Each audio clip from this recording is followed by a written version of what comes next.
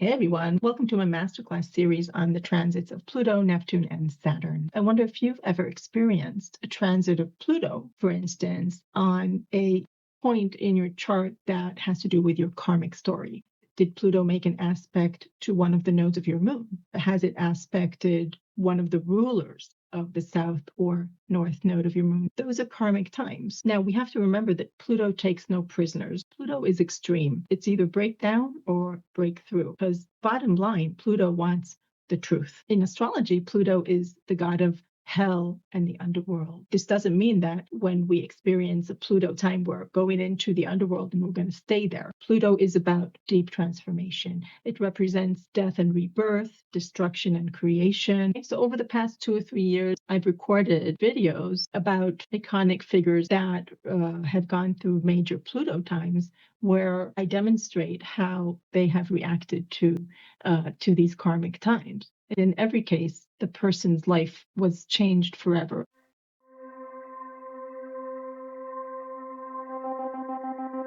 Was done wrong by her family. Saturn was going into the 12th house, traditionally the house of loss, mental institution. You're mentally ill, let's take you on the stretcher, hide you away, but still, you're going to keep working, girl. Today, I'm going to talk about the chart of Britney Spears in order to understand the really extreme situation that she was put through. Here, we see the South Node in Capricorn. This South Node lies in the 4th house, the house of family. Now, we see that Venus conjuncts this South Node.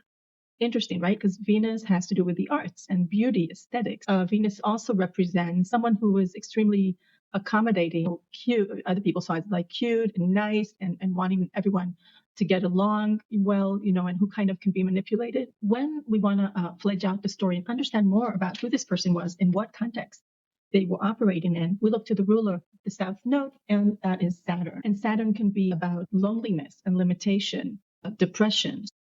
She was done wrong by her family. Father was the one who controlled her for 13 years. He controlled her money. That is, she was considered mentally ill.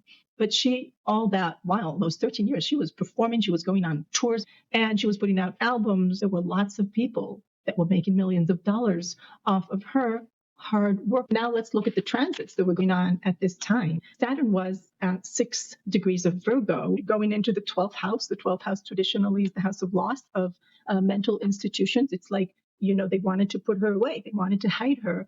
The father and his legal team, you're mentally ill. Just let's take you on the stretcher and hide you away. But still, Saturn, South Node in Capricorn, you're going to keep working, girl. You're going to keep performing. And even if you're a robot, whatever, put on your pretty face, keep making that money. At the same time, transiting Pluto, it's right there on Britney Spears' IC. The IC, as opposed to the MC, is where you come from. It's like your childhood, your tribe. It's the home you grew up in, and it's the most personal point in the chart. And Pluto was here just entering Capricorn. This is so dark. In an audio tape that she put out, she finally talked about what she had been going through, because no one really knew.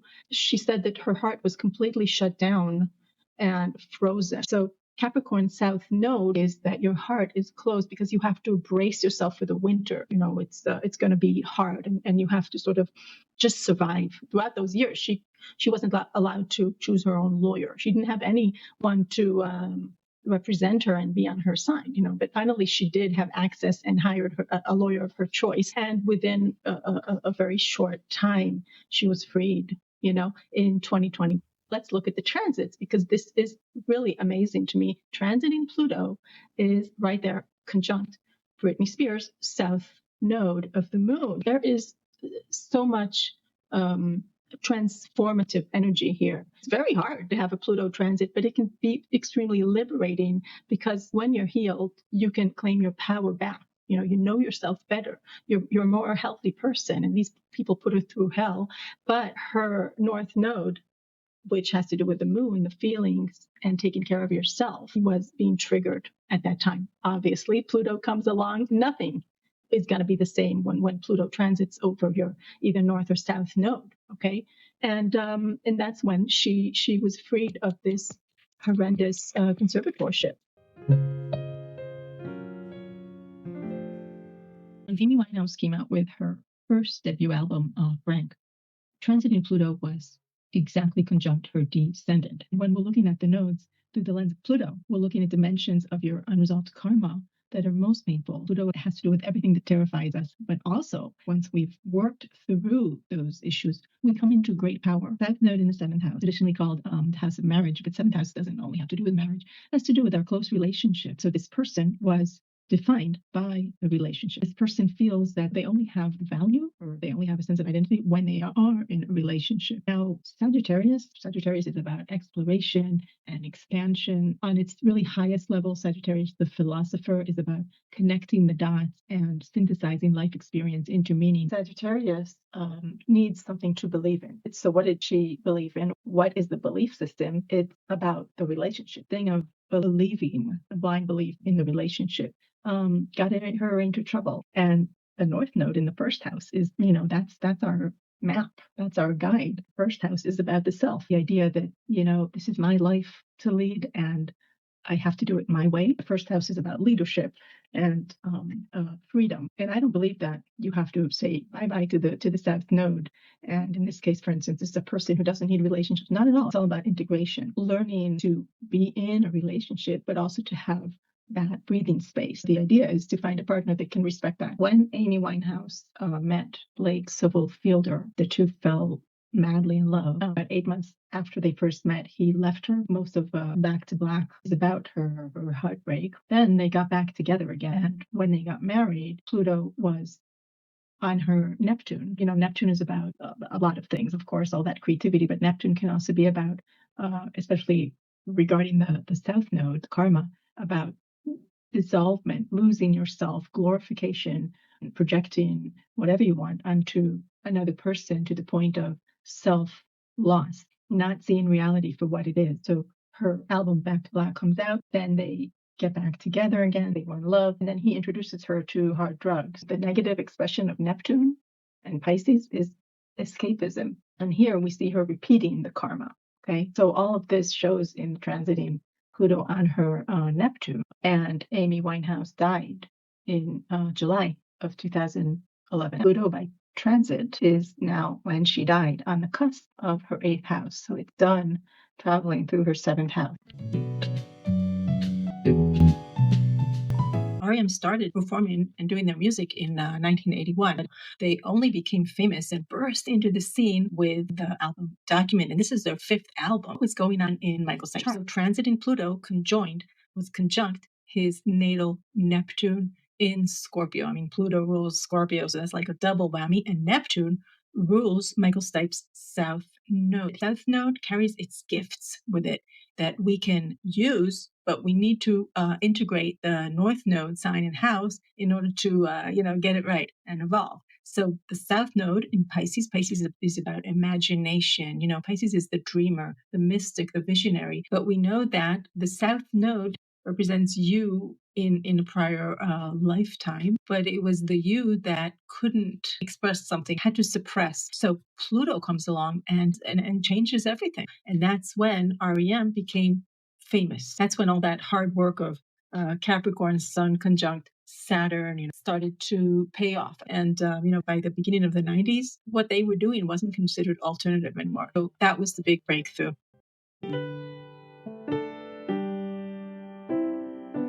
Okay, so this is the chart of Martin Luther King, and Pluto is in the 3rd house of speaking, communication, writing, learning, thinking. Luther King did not set out to become the leader of the human rights movement. I mean, he was a Baptist minister at the Dexter Church in Montgomery, Alabama. In 1955, a lady by the name of Rosa Parks refused to give up her seat for a white person on the bus. He was arrested, of course. And so this movement was forming to set in motion, right? This boycott and protest. And then the activists involved, they were looking for a spokesperson for the movement and turned to Martin Luther King and asked him, will you be a spokesman for our movement? Now, look at that Pluto in the 3rd house of speaking. And Pluto is about bringing to light the ugly, uncomfortable truth that nobody really wants to look at, to feel, to think about. At first, Martin Luther King wasn't that interested in doing that. He was hesitant about taking the role, but he decided to do so if no one else wanted it. That's that Capricorn sun. You see, his sun is on the MC, your public identity, and Capricorn is driven by a sense of duty, responsibility, doing what's right. And Capricorn has leadership qualities.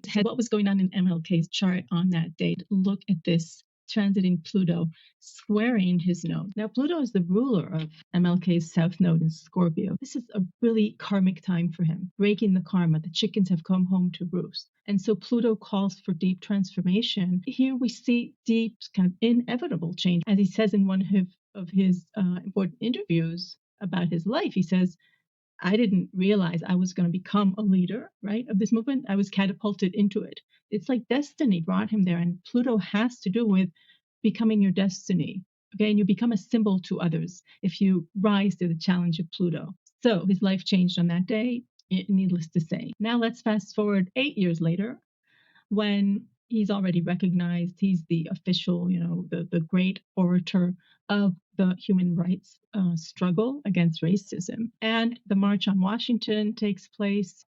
Martin Luther King gives his famous historical speech, I Have a Dream. What's going on with transiting Pluto? Look at that opposition between Pluto and Venus. Now, this is very important because Pluto rules the south node, right? And Venus is the ruler of his north node in Taurus. And now they're coming into contact. And think of this speech, this amazing, moving, profound, powerful speech. I Have a Dream. On the one hand, raises the horrific conditions of the history of slavery and racism, and then the dream. And Pisces, Venus is in Pisces. Pisces is the dreamer.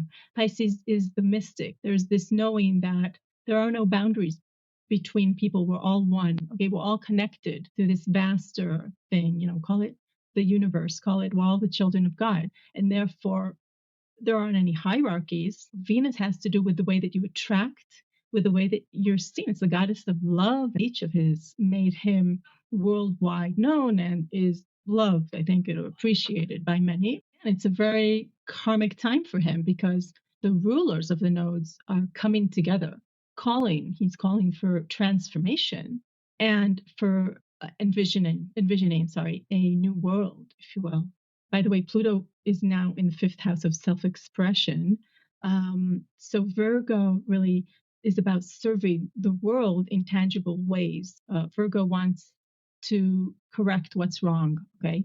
And Pisces it's like the messenger of a higher existence.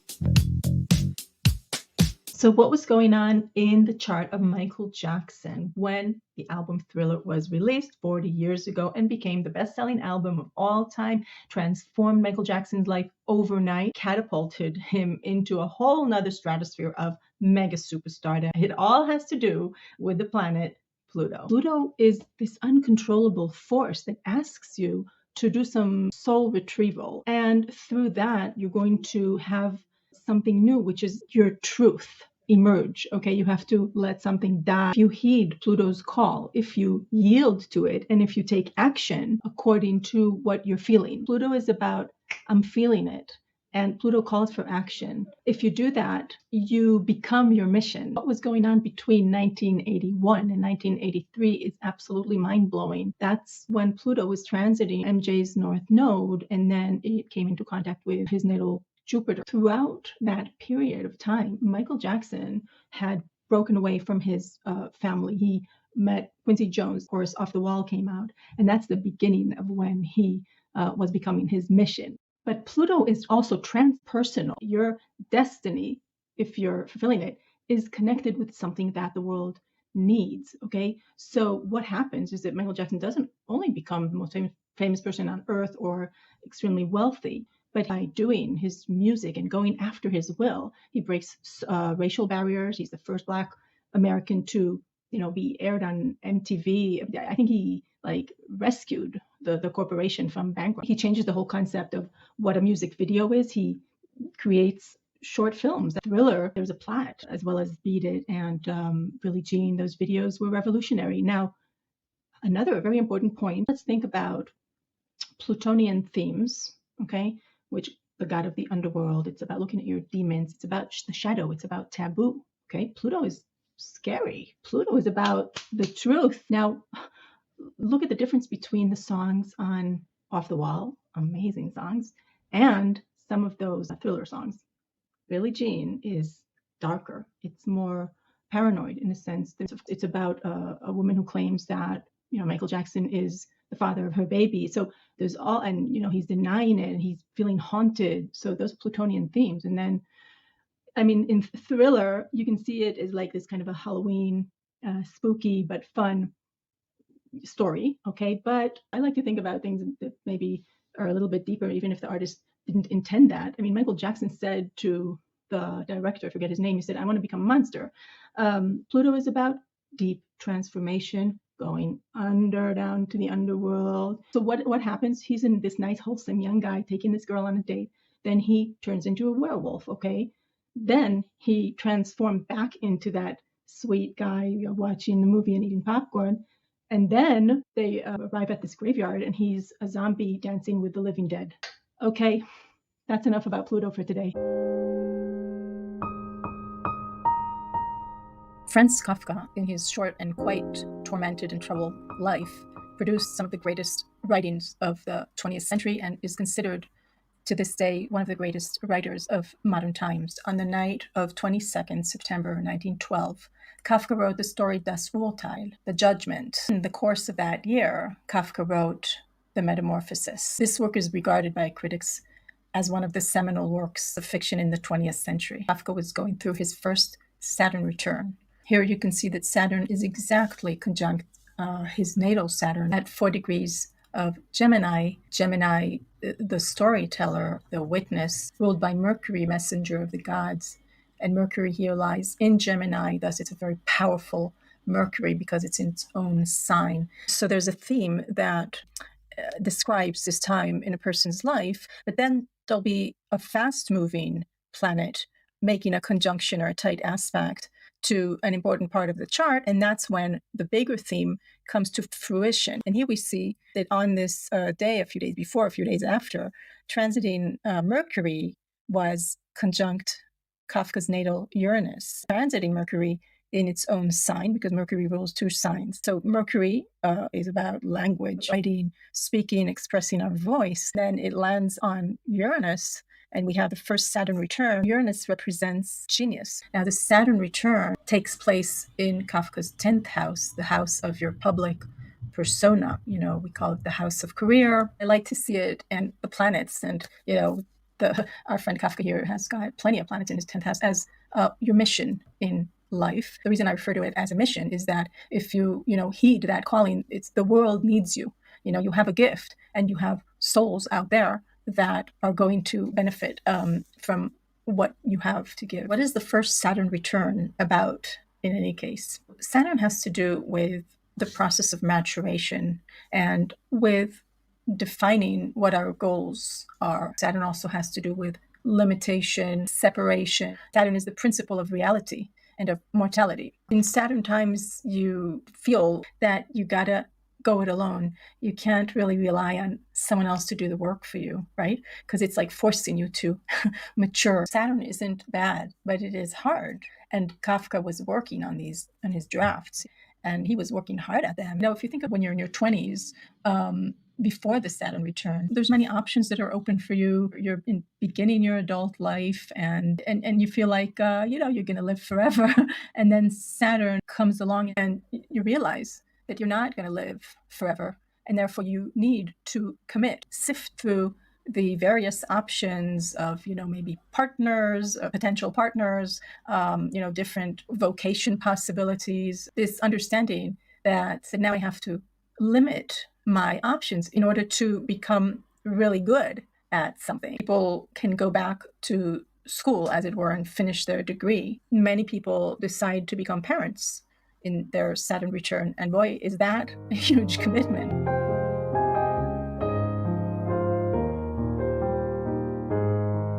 Helen Keller was born in 1880. When she was 19 months old, she contracted a disease which left her deaf and blind. First thing you notice is that houses that have to do with face with the world are empty. The first house has to do with how you present yourself in the world, your style. It's the way that you dawn on people. She couldn't access them and they couldn't access her. The second house has to do with feeling safe, having your basic needs met. Third house, of course, is about communication, speaking, talking, listening. Now we look to the other side of the chart where all the planets are situated. But there's one sign that has no planets in it, Gemini, the sign of communication, you know? That's crazy. More than that, she's got no air. Air signs have to do with communication, transmuting them, exchanging ideas, verbal exchange. How do you feel? With air, it's the mental function. You think, you talk, you read, you listen. And Helen Keller has no air element. The primal triad, which is the sun, moon, and ascendant in Helen Keller's chart, is all water. Sun in Cancer, moon in Pisces, and the ascendant is in Scorpio. Not only that, but they're all in water houses. This is pretty rare. The fact that her descendant is in the sign of Taurus and that she learned to communicate through touch like this. And Taurus is about the body. It's about the senses, it's about the wisdom of the body. She wrote that when she met Annie Sullivan, she says that day was her soul's birthday. Okay. What was going on by transit then? Transiting Neptune was conjunct Helen Keller's Pluto, the ruler of her chart. Pluto, deep transformation in Taurus through touch in the seventh house, your connection with others, a Neptunian person coming into her life. And Neptune, as symbolizing a person, is someone who is going to be there for you. Okay, the ruler of Pisces is going to say, what do you need? You know, I'm listening to you. Another crazy and chilling fact was, what was the first word that Helen Keller understood? Because of her situation, she didn't know that things had words to them. Okay. And Annie Sullivan brought a doll that was her present to Helen Keller, and she thought she would teach her by doing those, spelling the word doll into it. There was no breakthrough. Then there was a mug, a coffee mug, and she tried teaching her that. Helen Keller did not know what do you want from me? But the first word that she did get was water. Annie Sullivan put Keller's hand underneath flowing water, you know, spelling the word water, water, water. Suddenly, she got it. So remember the primal triad in water signs, in water houses. She was living in a misty fog. Neptune, the ruler of Pisces, is Annie Sullivan. And the first word that she understands is water. I want to look at the transits and progressions that were going on in Hitler's chart on the day that he became leader of the National Socialist Party. And his chart was just being bombarded by planets that were triggering his whole South Node story. Okay, so first thing I see is Mercury is forming an exact conjunction to Hitler's North Node, meaning by implication, it's opposing his South Node. Mercury is the natural ruler of the third house. So definitely a good time, a very persuasive, very powerful time for Hitler if he wants to get a message across. You know, people are going to listen. Another very important transit that we see here is Neptune. And Neptune on this day and during this time was conjunct Hitler's Saturn. Okay, Saturn is very significant because it's the ruler of his South Node, Capricorn. The traditional interpretation of Saturn in the 10th house indicating someone who rose to the top and then lost everything. So I think you can say that there was this unconscious drive to finish what he had begun, if you believe in reincarnation. And this time, you know, I'm gonna get it right. And the advantage of having Leo, you know, energy, you know, it's very charismatic. It's very good at performing and persuading the crowds, and this circle of energy that you say something or express yourself in some form or fashion, you receive the applaud, you receive the approval, and then this fires you up more. Having Saturn there, you're seen as this wise person in this arena. You know what you're talking about. You've earned the respect. You have the authority. Saturn is being triggered by Neptune. Okay, so Neptune is the complete opposite of the Saturn energy. Saturn is about the principle of reality, forging ahead and overcoming difficulties, you know, and standing upright. In medical astrology, Saturn is the skeletal system that enables us to stand. Now, Neptune comes along, and on its high road, again, Neptune is about this knowing that we're part of something vaster, okay? That each and every one of us is like a drop that falls into the ocean and merges with the ocean. So it's a loss of ego, a spiritualistic energy. Now, Neptune on its more trickster side, you can see a very strong Neptune signature in the charts of actors, because Neptune can create this sense of glamour and a fuzziness where the person is put on a pedestal. One of its shadows can be illusion, deceit, glamour that is not based on anything real. So Neptune comes along and on the high manifestation asks for liquidizing Saturn. And what Hitler does is he uses that Neptunian energy to receive the adoration of the masses, and thus he becomes a dictator. So this is a good example, very unfortunately for humanity, of someone who completely manifested the dark, the shadow archetype of all the planets